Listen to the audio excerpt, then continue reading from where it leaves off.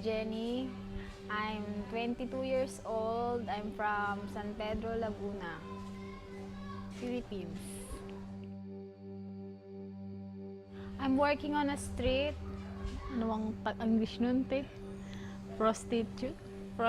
Prostitute. I have 2 kids and I have no husband. I'm a single parent. So I was thinking to work in the street just to find a money for my kids. I've been working 2 years on the street, almost 2 years. Every day, I need some 5 customers to support my kids. Every customer costs 300 only. $5.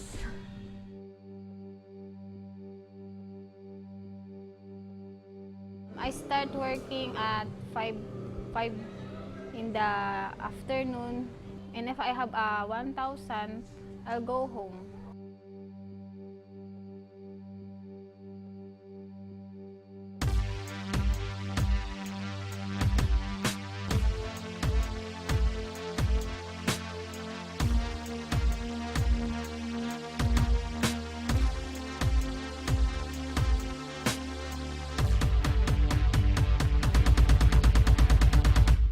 Welcome to the Philippines.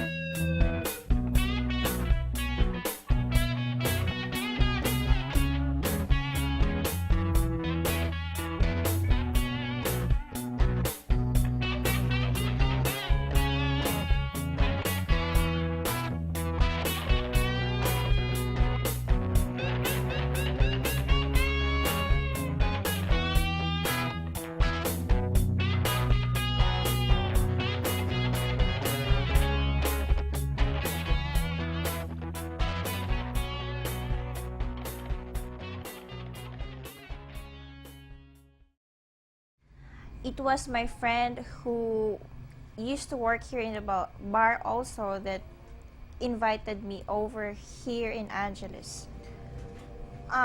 Basically, it was financial problem that brought me here in Angeles City. I started work at bar at 14 years old. Because of my family, my background is not good. I started working on the street because I have no choice. It was the only choice that I have. You just give your body to other men just to have a money. So for me, it's easier. Maybe I was 18 years old. At that time, I want to finish my studies because my mom doesn't want me to go to school. I was abused by my cousin, also my father. I feel that I'm not anymore clean. Do you know what I mean? Because I already abused.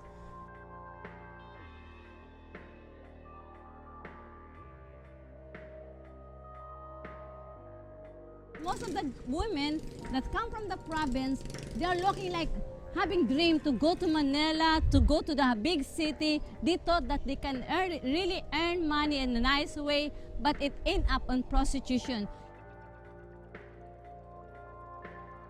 I am actually helping my grandparents who raised me up, and they were old already, so they cannot really work hard to get enough money for themselves, and they were sick, so they need maintenance in order for them to get through. Some of the girls, they are the breadwinner of the family. If you're not a college graduate, you don't find any work. Considering the educational background they have and the employment status that we are having in the Philippines right now, I can say they have no option. Most of them are been in the bar because of misrepresentation. They were told that they are going to work like as a waitress. or something like a housekeeper or a housemaid. And then later on, they'll find out that they are in a bar and they are forced to. And once they are there and starting to get the money, then that's it. If I were them, I cannot do it. I'm not brave enough to be with a guy every night or having sex with different guys. God knows I can do it. The girls work for a very low salary in the bar, but are presented with only two options to increase their income. Firstly, they can engage with the male clientele, who in turn can buy them lady drinks, from which they receive a small commission. Secondly, they can leave the bar with the customer. This is called bar fining.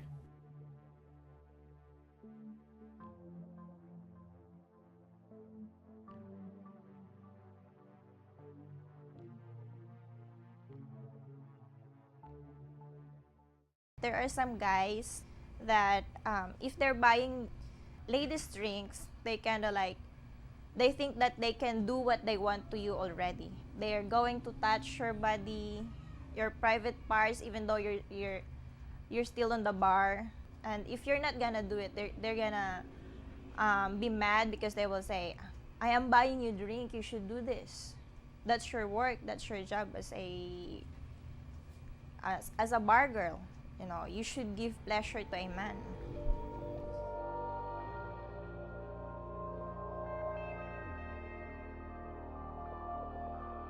Basically, they came here for fun, for sex, for ladies. And most of them are like 40 to 50 or 60 something. Because basically, it's just old guys. And some of them are nice, but some of them are rude. You know, they kind of look to you like you're the, you know, piece of a trash or something. I'm working in the street in the Pasay. It's nearby my home. And I am a team of girls. Some of the girls there. And I know a lot of girls there. Some of the girls, they coming to the guys almost 20 guys. So they can earn money so much. Some of the girls, they sleep to the guy for only just $4 each guy every night. For the bar fines, we would get a commission of like 550 pesos, which is $12. Going out with the customer, they expect that you would like give pleasure to them. You would do what they want.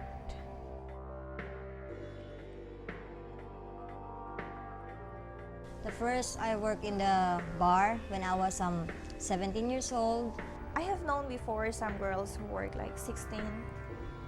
They were 16 when they start working in the bar.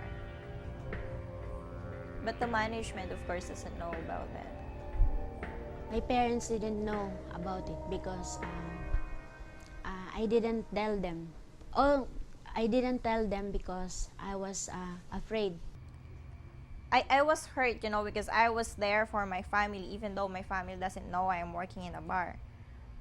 Like, I want to save money for enough for myself to, you know, to get out of the bar because I don't want to stay there. It makes your mind you know, you can't think straight. It's really, really hard for us because I work in the bar before, so I know that you need really strong mind that you only just think you need a money.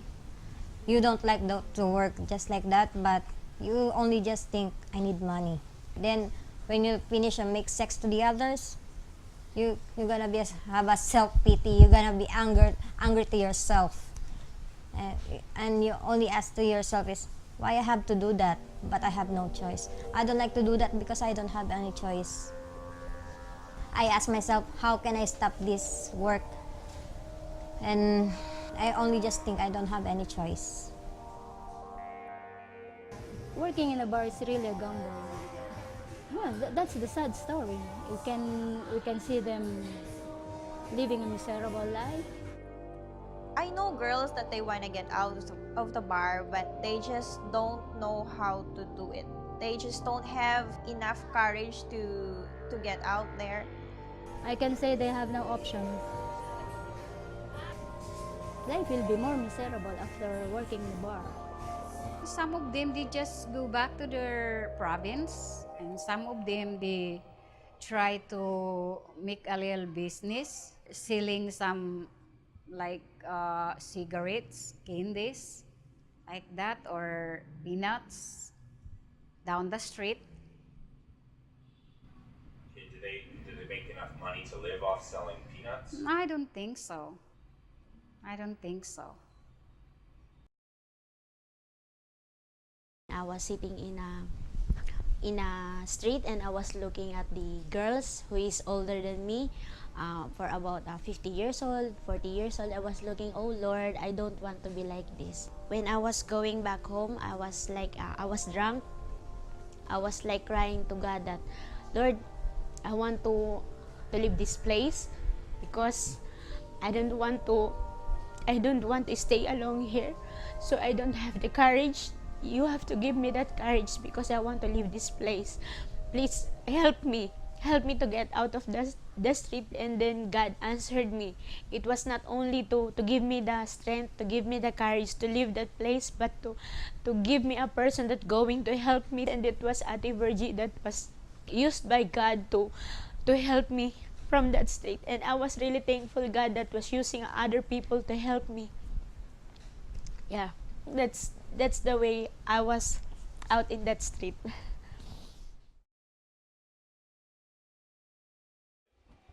Hi, I am Virginia Bok. I am the Director of Youth with a Mission and Tamar Foundation, Olongapo. I have a passion and I have a calling to really work also with these girls who was on prostitution. And I really enjoy it and I really love it because I see God's power to really change the life of these girls. My name is Destiny Kuo. I'm from Canada. I'm a team coordinator for bar evangelism, and I'm here for 2 years as staff. Basically, I did my DTS here, which is a discipleship training school with YWAM, Youth with a Mission, and I came here on a 1-month outreach. The thing that really caught my eye here is just the people are so open to receive the love of Christ. And a lot of them, they have accepted Christ as their Lord and Savior, but they haven't understood how to walk in it. YWAM Olongapo is transforming the lives of women who come from sexual brokenness and really desire to understand intimacy with their Lord and Savior. What really catches their eye is the friendship, and so that's what's drawing them in, is the love of Christ through us.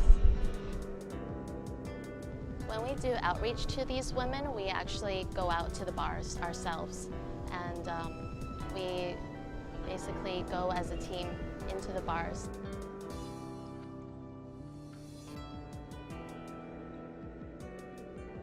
Ate Virgie bring me here when she saw me in the street.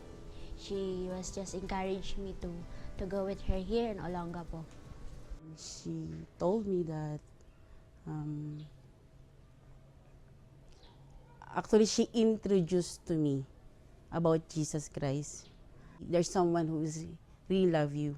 He will be your brother, your husband, your friend, your comforter, your everything. And I was thinking, who's that person? I don't know exists that kind of person. And then she told me it was Jesus Christ.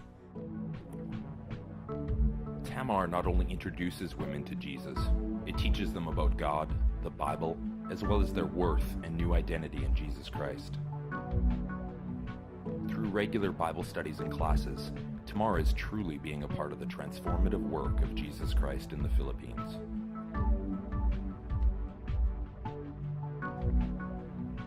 In addition to biblical training, they're also teaching the women work skills that they can earn income from while in the discipleship process at Tamar.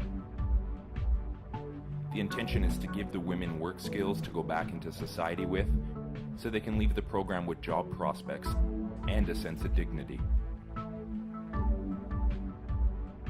The biggest need definitely is the livelihood. Right now they're doing paper making, but it's not generating enough funds to provide for their daily needs, really. So what I want to see happen is a bakery shop being set up, and we've already begun doing classes. Tamar has begun regular bakers training out of their kitchen in order to further equip the women with relevant job skills. A local baker is coming in and teaching the women the necessary skills so they can secure future employment. Tamar is planning on renovating an unused area off the front of their building into a storefront that they can sell the baking out of. Tamar also dreams of one day having a beauty salon in this space, and have recently teamed up with a hairdresser in Angeles City who shares a similar vision of retraining bar girls with new skills. Plans are in the works for a new training program which would qualify the women for a career in hairdressing. One thing that really cries in me is to empower women. And one way of empowering is to get them into something, to be skilled. Like, what is the trend now? Nowadays, what I could see, health and wellness are very in demand.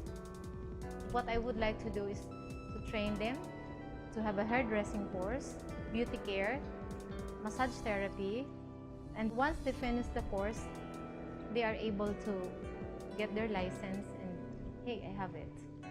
It's a program to teach them the skill and then the basic entrepreneurial awareness that will take them into, to lead them into something, and then they can decide for themselves. They can work for now and then they can save. It's actually the mindset of having savings. This is what we miss here, financial literacy. Most of the beauty salons, they are in shortage of hairdressers, hair cutters, hairdressers, the manicure, pedicure thing, foot spa, and those and that. For the normal school, it will take around 6 months for hairdressing. But we have a program that the girl can finish this in 1 month. The good thing is, while they are starting to learn, let's say for 2 weeks, by the 3rd week, they're starting to get used to it, and a little bit income is coming. So they can feel they have an alternative to get out of the bar, because these skills will be theirs forever. We can maybe teach them for 1 month, but it will be theirs forever. So as long as they have the, what we call it, once you have only scissor and a comb, you're right. Wherever you go, you can earn money.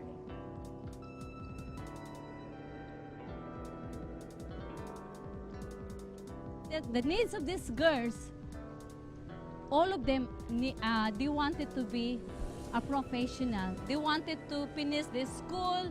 They wanted to finish the education up to college. And this is what we are dreaming for these girls. This is not our dream, but this is their dream. And when they share their dreams, it gave us more motivated. Yes, Lord, please provide for them. Right now, we have a new girls, and they are only not even graduate in elementary. If we can give them a chance that they can even go up to the college, they can go out in this city with dignity and to be a part of the society, we have a good moral and a good values that they can put in this society. Practicing a holistic approach, and with the goal of encouraging life change in the girls, Tamar is committed to helping the women finish high school and has sent many through college as well. In order to break the cycle of prostitution, women are encouraged to bring their kids into the program. And Tamar is ensuring all these children receive a proper education too.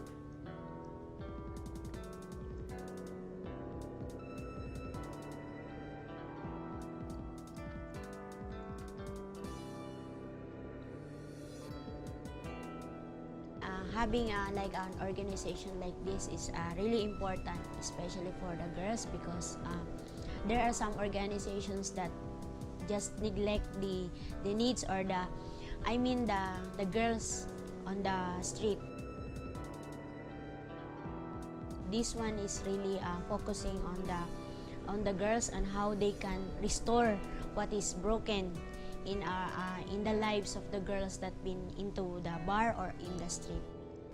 YWAM is very important to all the prostitutes women to change their life, to give them hope, to starting a new life, a new beginning of their life, a new adventure of their life. And the important is they know the God. It helps you to realize how to work in a good ways. Tamar helps you to use the money for good, not for you spend it for like this, like that, but you always prioritize your needs, not your wants. And also, Tamar help us to more, mold our character, because when we had this kind of sometimes we stretching our own character. Tamar also help us because we are community, so it helps really a lot to mold us to grow as a Christian. You can discover what you have, the talents that God has given you. So Tamar help in that way. I would rather say to the girls who are still on the street, there is always a hope. The hope is to know who God is, to know Jesus, because for me, life was a mess when Jesus was not in my life. There is a hope always for the girls on the bar. There is a hope for us. Jesus will always give that hope. That's what I experienced, that God is really good, that He gave me the chance, the opportunity to make my life good because of His love. Yeah. A new creation of God. A new woman, a new from, I can say, a slave. Now I'm a princess. A princess, one of the princes of Jesus Christ.